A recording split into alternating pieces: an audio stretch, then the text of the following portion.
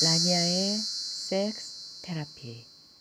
정말 나만의 것이 쌓이고 쌓여서 고혹적인 향을 낼 수 있는 원숭미를 갖게 되는데, 여성을 표현할 때 이제 두 가지 부류로 나누기도 해요. 홍도화와 이제 백도화로 나누는데,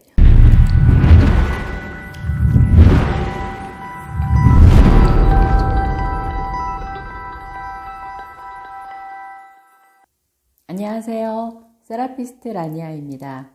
오늘은 여성의 갱년기에 대해서 한번 이야기를 나눠볼게요.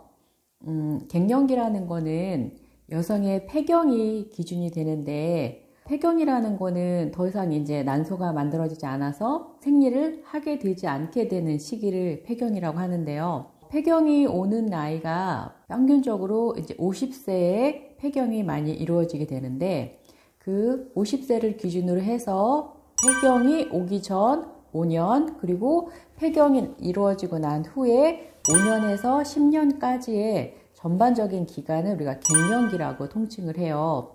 그렇기 때문에 한 45세부터 60세의 여성이 이 시기에 해당이 되겠죠. 갱년기의 증상이라든지 치료 방법 이런 거는 저희가 천천히 알아보기로 하고요. 오늘은 첫 시간이니까 갱년기라고 우리가 부르는 이 시기에 대한 정의를 다시 생각해보는 시간을 갖고 싶어요.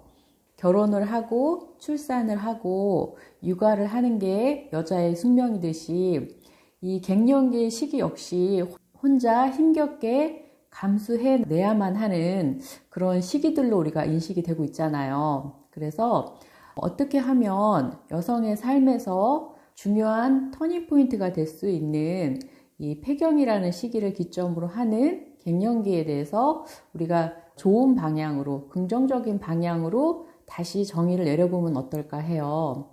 얼마 전에 이제 건강에 관련된 프로그램을 본 적이 있었어요. 여성 호르몬에 관련된 그런 프로그램이었는데, 동갑인 50세 여성 2명이 나왔는데, 한 분은 굉장히 운동도 열심히 하고 자기 관리를 잘 하셔서 몸매도 거의 20, 30대 못지않게 굉장히 탄력 있고 매력적인 몸매였고, 얼굴도 굉장히 동안인 반면에 또 동갑인 또 한쪽은 실제 나이보다 훨씬 더 들어 보이는 굉장히 피부도 많이 처져 있고 몸 관리라든지 이런 게 전혀 안 돼서 늘 이제 아픈 곳이 많아서 병원을 많이 다니고 활기가 없고 이런 모습으로 상반되게 이렇게 보여지는 프로그램이 있었거든요. 그런 걸 보면서 우리가 이제 평균 수명은 80세를 넘었고요. 또 기대 수명은 100세를 바라보는 시기에 있어서 과연 여성이 폐경이라는 그 시기 이후의 삶이 어떻게 이루어져야지만 앞으로 남은 그 30년, 50년을 더 건강하게 보낼 수 있을까라는 생각을 다시금 하게 되는데요. 누구나 바랄 거예요. 더 젊고 더 건강하게 아프지 않게 질병이 없는 상태로 장수하고 싶다는 꿈은 꾸지만, 저는 이제 세라피스트니까 성적인 측면에서 한번 생각을 해볼게요. 폐경을 전후로 해서 모든 여성이 그 갱년기 증상을 막 어렵게 겪지는 않아요. 그런 증상이 심하게 오는 분들도 있고 그냥 모르게 넘어갈 수도 있고.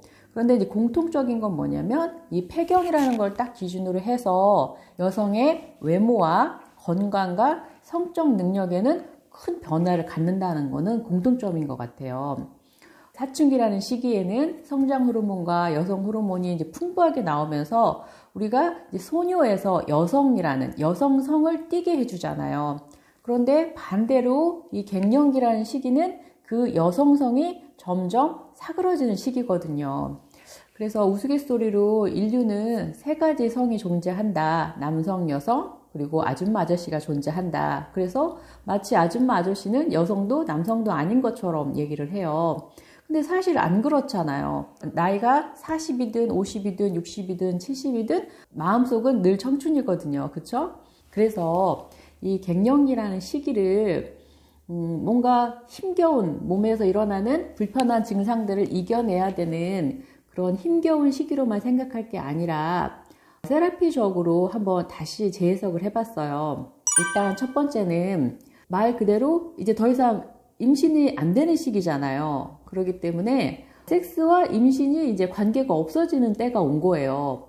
사실 여성들이 섹스를 하면서 늘 마음 한켠 속에 생각할 수밖에 없는 게 원치 않는 임신이거든요. 그래서 폐경이라는 거는 다시 말해서 피임으로부터 자유로운 성생활을 누릴 수 있는 시기가 도래했다는 뜻이 되겠죠. 그래서 오히려 의외로 50대 이후에 성감이 더 깨어나서 적극적으로 성생활을 즐기는 여성들이 있어요. 바로 이렇게 임신에서부터 자유로워지는 것도 그 한 몫을 하지 않나 싶거든요. 그 다음에 이제 두 번째는 자신의 그 욕망의 주도권을 찾는 시기라고 저는 생각을 해요.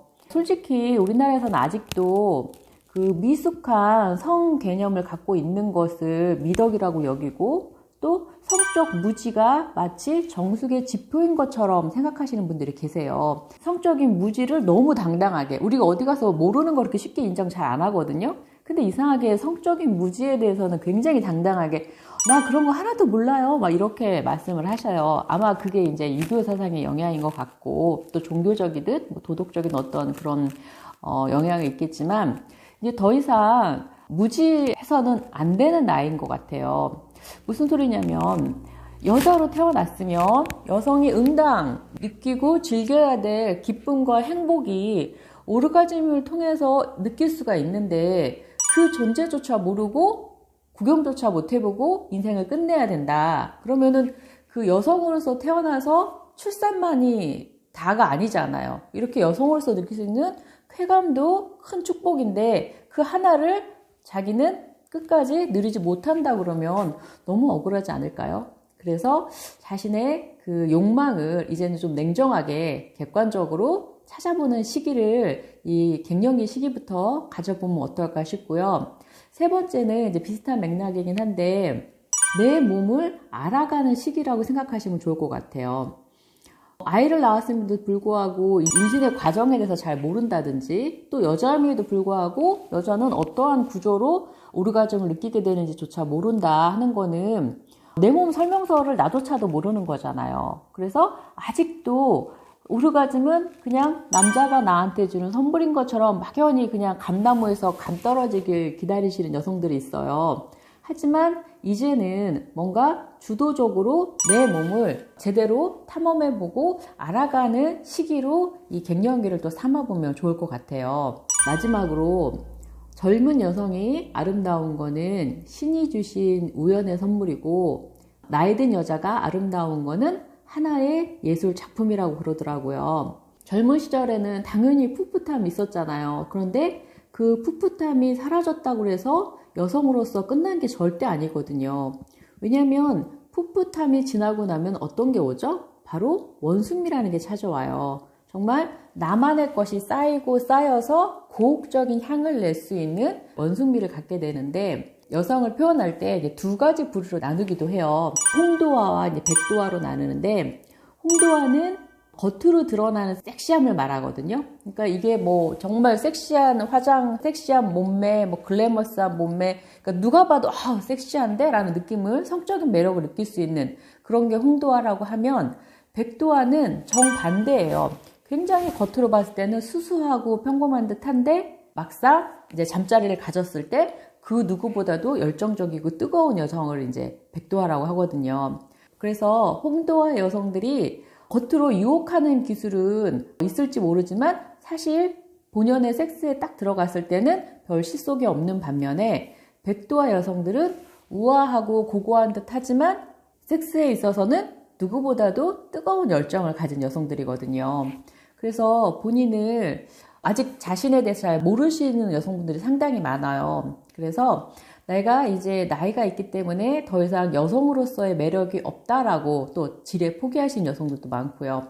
하지만 진짜 자신의 본질은 탐험해보고 찾기 전까지는 알 수가 없는 거거든요. 갱년기라는 시기를 좀 더 자유롭게 자신의 성적 욕망과 주도권을 찾아가며 나의 몸을 탐구하고 원숙한 자신의 향기를 만들어 나가는 시기로 만들어 보시면 어떨까요? 불편한 증상들과 우울감으로 톰과 의뢰처럼 감수해야 되는 시기가 아닌 나를 새롭게 알아가는 인생의 나머지 절반을 좀 더 건강하고 행복하게 보낼 수 있는 현명한 시기로 만들어 보시면 어떨까요?